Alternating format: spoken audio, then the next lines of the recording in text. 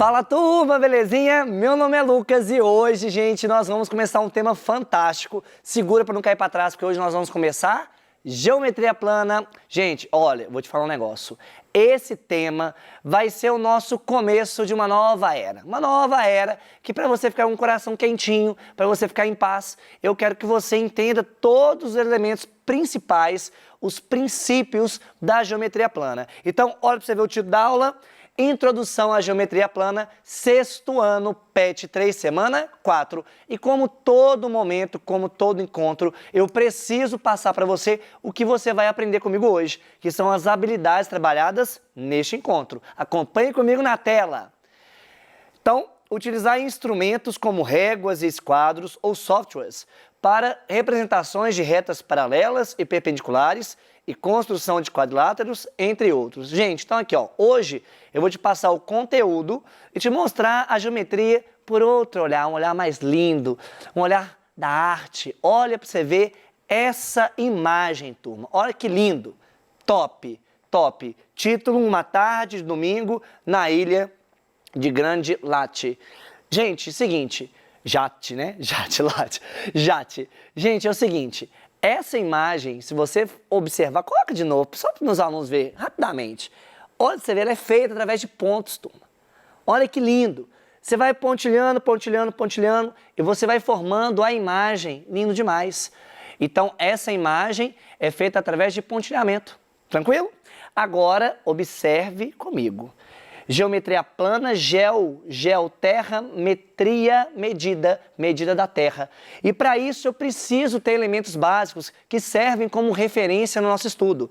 E na geometria plana, nós chamamos esses elementos de elementos primitivos ou entes fundamentais geométricos. De olho na tela. Então, eu tenho aqui entes fundamentais geométricos, são elementos básicos da geometria plana que não necessitam de uma definição. Para entendê-los, utilizamos a intuição, a imaginação. Imagine. Então, imagine uma estrela lá no céu, ter a ideia de ponto, beleza? Então, que vai ser o nosso primeiro ente fundamental que nós vamos trabalhar agora. Então, ó, ponto, as características do ponto. Ele é adimensional, ou seja, ele não possui dimensão, representado por letras maiúsculas do nosso alfabeto, A, B e C, e nós colocamos na nossa mente que o ponto pode ser representado, para ficar mais fácil, com uma bolinha, belezinha? Com a letra A, B, C maiúscula do nosso alfabeto. Uma ideia do que seria ponto, turma, seria uma estrela lá no céu. Beleza? Sim? Agora, um outro ente fundamental geométrico top é a reta. Vamos ver na tela? Então, aqui, ó. A reta, ela já vai ser unidimensional. Ela é representada por letras minúsculas do nosso alfabeto e ela é infinita e ilimitada. Uma ideia de uma reta, pensa o seguinte, imagine se o comprimento desse objeto aqui, ó, o comprimento desse objeto fosse o quê? Infinito, turma. Daqui, infinito. Então, a ideia é o seguinte, quando você pega o comprimento infinito aqui, ó, pegando essa partezinha aqui, você está dando a ideia de uma reta, beleza? Sim? Agora, o que seria o plano, turma? O plano seria o nosso terceiro ente fundamental geométrico na tela. Nós temos as características do plano. O plano ele é bidimensional e ele é representado geralmente por letras minúsculas gregas, alfa, beta, gama, e ele também vai ser infinito e ilimitado. E o que eu peço para você entender aqui, filhote, é o seguinte, o plano dá uma noção de superfície. Então o plano é como se fosse a tampa dessa mesa, tranquilo? É como se fosse, por exemplo, o campo de futebol, como se fosse esse tapete aqui, dá a ideia de plano, só que você vai pensar agora no infinito. Fechou? Agora, eu quero que você coloque na sua cabeça aqui, você viu comigo, o que são os entes fundamentais geométricos e eu preciso relacionar eles, beleza? Através de afirmações. E essas afirmações são chamadas de postulados ou axiomas. E é isso que nós vamos ver. Então aqui, ó, postulados ou axiomas são afirmações feitas sem a necessidade de demonstração. Então, ó, são afirmações que eu vou te dizer e você simplesmente vai fazer assim, ó, sim, senhor. Só concordar, porque não tem como eu demonstrar para vocês, beleza? Elas servem como base para a estrutura da geometria plana que a gente conhece nos dias atuais. Tranquilo? Sim? Então aqui, ó, alguns postulados como esse aqui, a ideia seria você imaginar uma situação e concluir, beleza? Então, é utilizar a imaginação, a intuição. Então, imagina o seguinte, sem demonstrar nada, fechou? Então, de olho na tela. 2 pontos distintos determinam uma única reta. Ou seja, gente, você pode tentar. Mas eu coloquei aqui o ponto grossão, mas eu quero que você pense que o ponto é uma coisa, uma extremidade, um ponto de um lápis, por exemplo. Quando eu pego o lápis e faço ele assim, ó, é tão pequenininho, beleza? Ele é adimensional.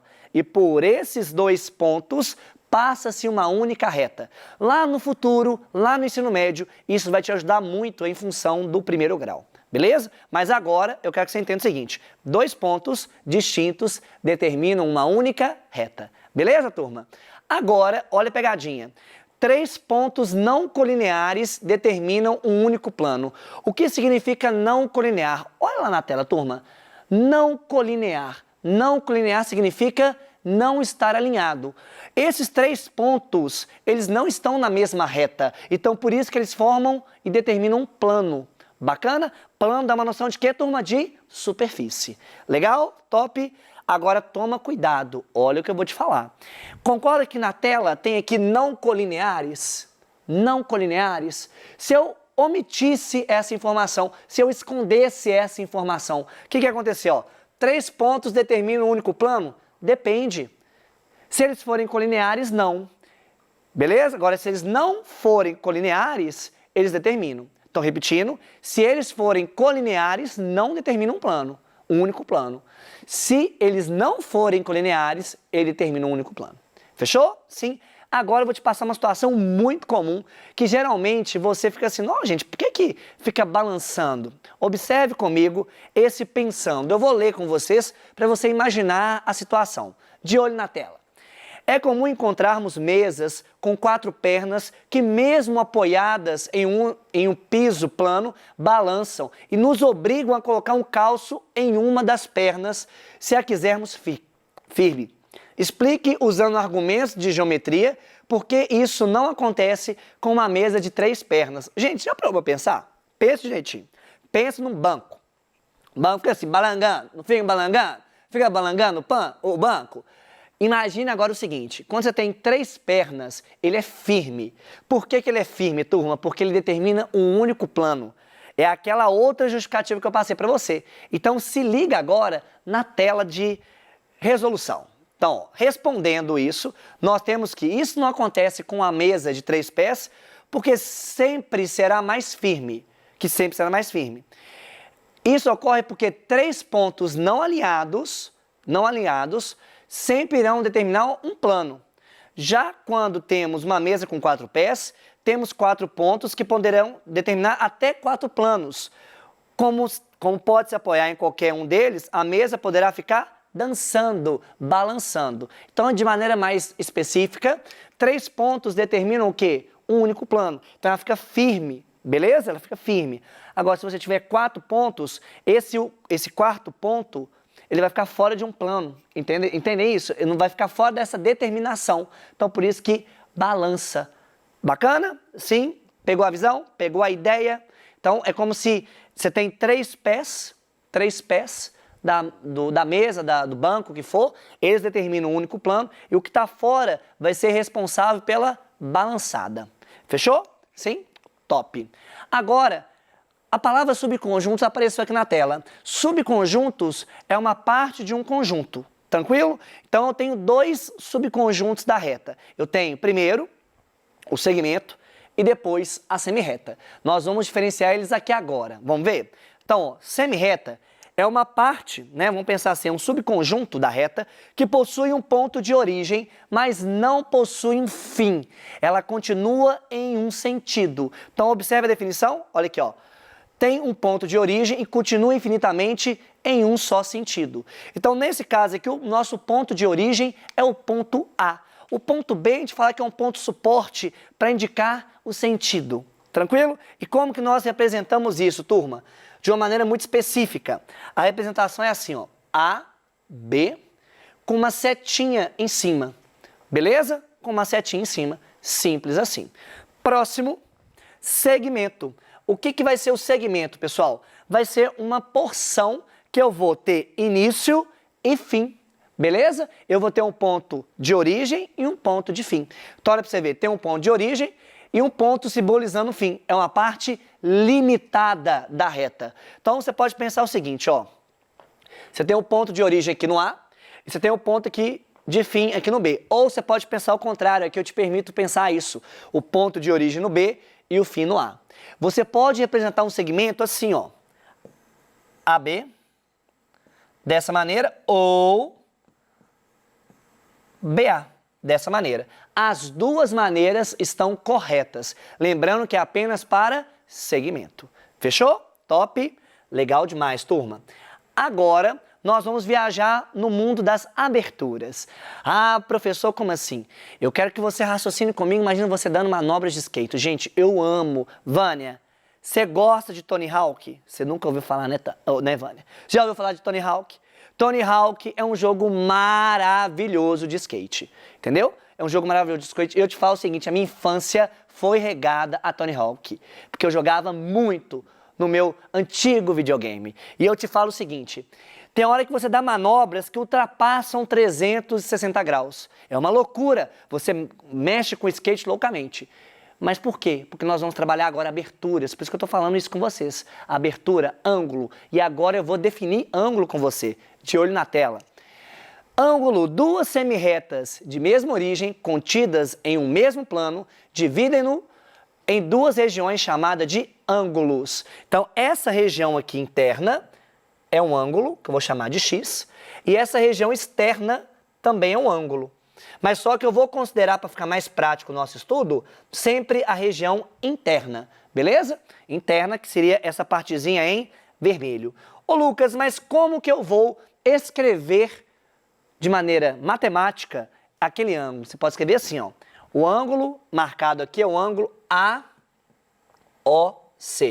Você coloca um chapéuzinho no O para indicar que o O é o vértice do ângulo. Top? É o vértice do ângulo. É de onde partem as semirretas. Beleza? Então tem essa região aqui. E para ficar mais legal, eu quero que você entenda o seguinte. Como que a gente pode medir um ângulo? Através de um transferidor, por exemplo. Então, ó, de olho na tela, nós temos assim, o objeto mais comum para medir ângulos é o transferidor. E se dividirmos o ângulo de uma volta em 360 partes iguais, determinamos 360 ângulos medindo 1 grau cada. Então, agora eu vou te mostrar isso na prática. Vou te mostrar como que funciona isso. Olha esse GIF maravilhoso. Beleza? Olha para você ver. Primeira coisa, ó, comigo. Agora, 1, 2, 3. Aí, ó. Quando o ângulo está crescendo de 0 até 90, né, entre 0 e 90, para ser mais específico, ele vai ser agudo. Então, vamos fazer o seguinte, dá uma olhada aqui, deixa eu dar um giro completo, que aí a gente vai discutindo. Olha para você ver na tela, a gente vai discutindo daqui a pouco. Ó, começou. Esse ângulo vai ser chamado de agudo porque ele vai ser menor do que 90. Quando é 90 é reto.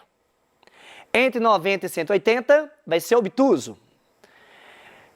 Quando é 180 ele é raso. E entre 180 e 360 ele é chamado de côncavo, e quando é 360 ele é chamado de completo. Beleza? Pegou? Pegou a visão ali?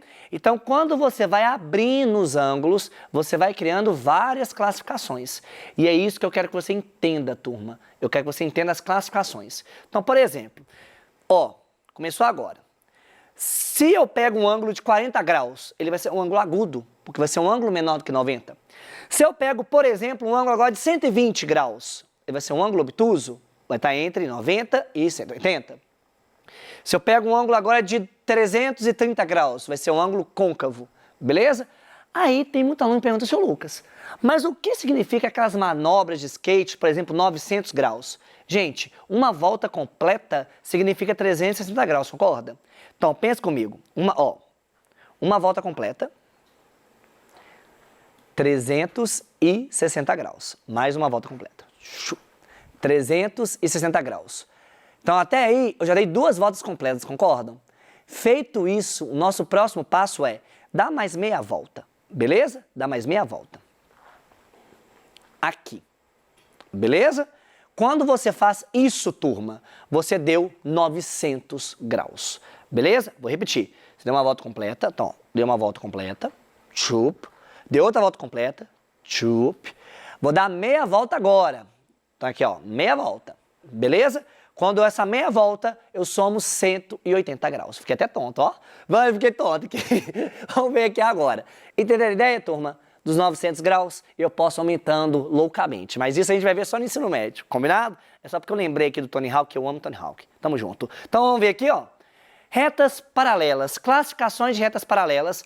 Gente, toma muito cuidado. Vou te passar uma definição aqui top. Eu queria que você anotasse, porque em muitos livros, talvez isso vai aparecer só para você lá no ensino médio. Eu queria introduzir agora com você.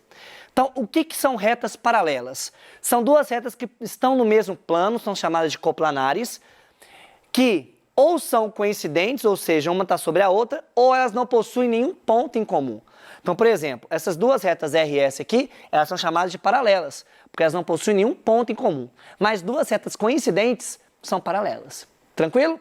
Então, qual que é a representação aqui, turma? Nós falamos que R é paralelo a S. Belezinha? Sim? Agora, o que significam retas concorrentes? Retas concorrentes significam retas que se cruzam em um único ponto. Elas se cortam em um único ponto. Vamos ver aqui, ó. Duas retas são concorrentes se elas têm um ponto em comum, um único ponto em comum. Por exemplo, nesse caso aqui, é o ponto A. Beleza? Agora, retas perpendiculares. Aqui é chique, tá? Chique, anota isso. Retas perpendiculares é um estilo de retas concorrentes. Mas qual que é o nosso problema aqui, turma? Que nas retas perpendiculares eu tenho a formação de 4 ângulos de 90 graus. Olha que top! Eu tenho a formação de 4 ângulos de 90 graus. Beleza? E qual que vai ser a simbologia de retas perpendiculares? Essa daqui. Beleza? Essa é a simbologia. Tranquilo, turma? Sim? Agora vem o nosso desafio.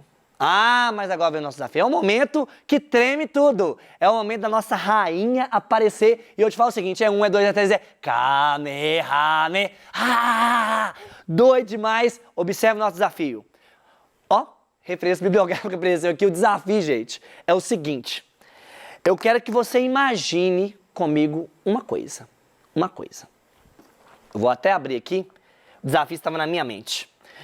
O que significa isso daqui, ó?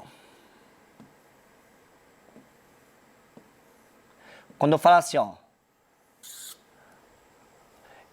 Eu tive essa abertura, 1800 graus.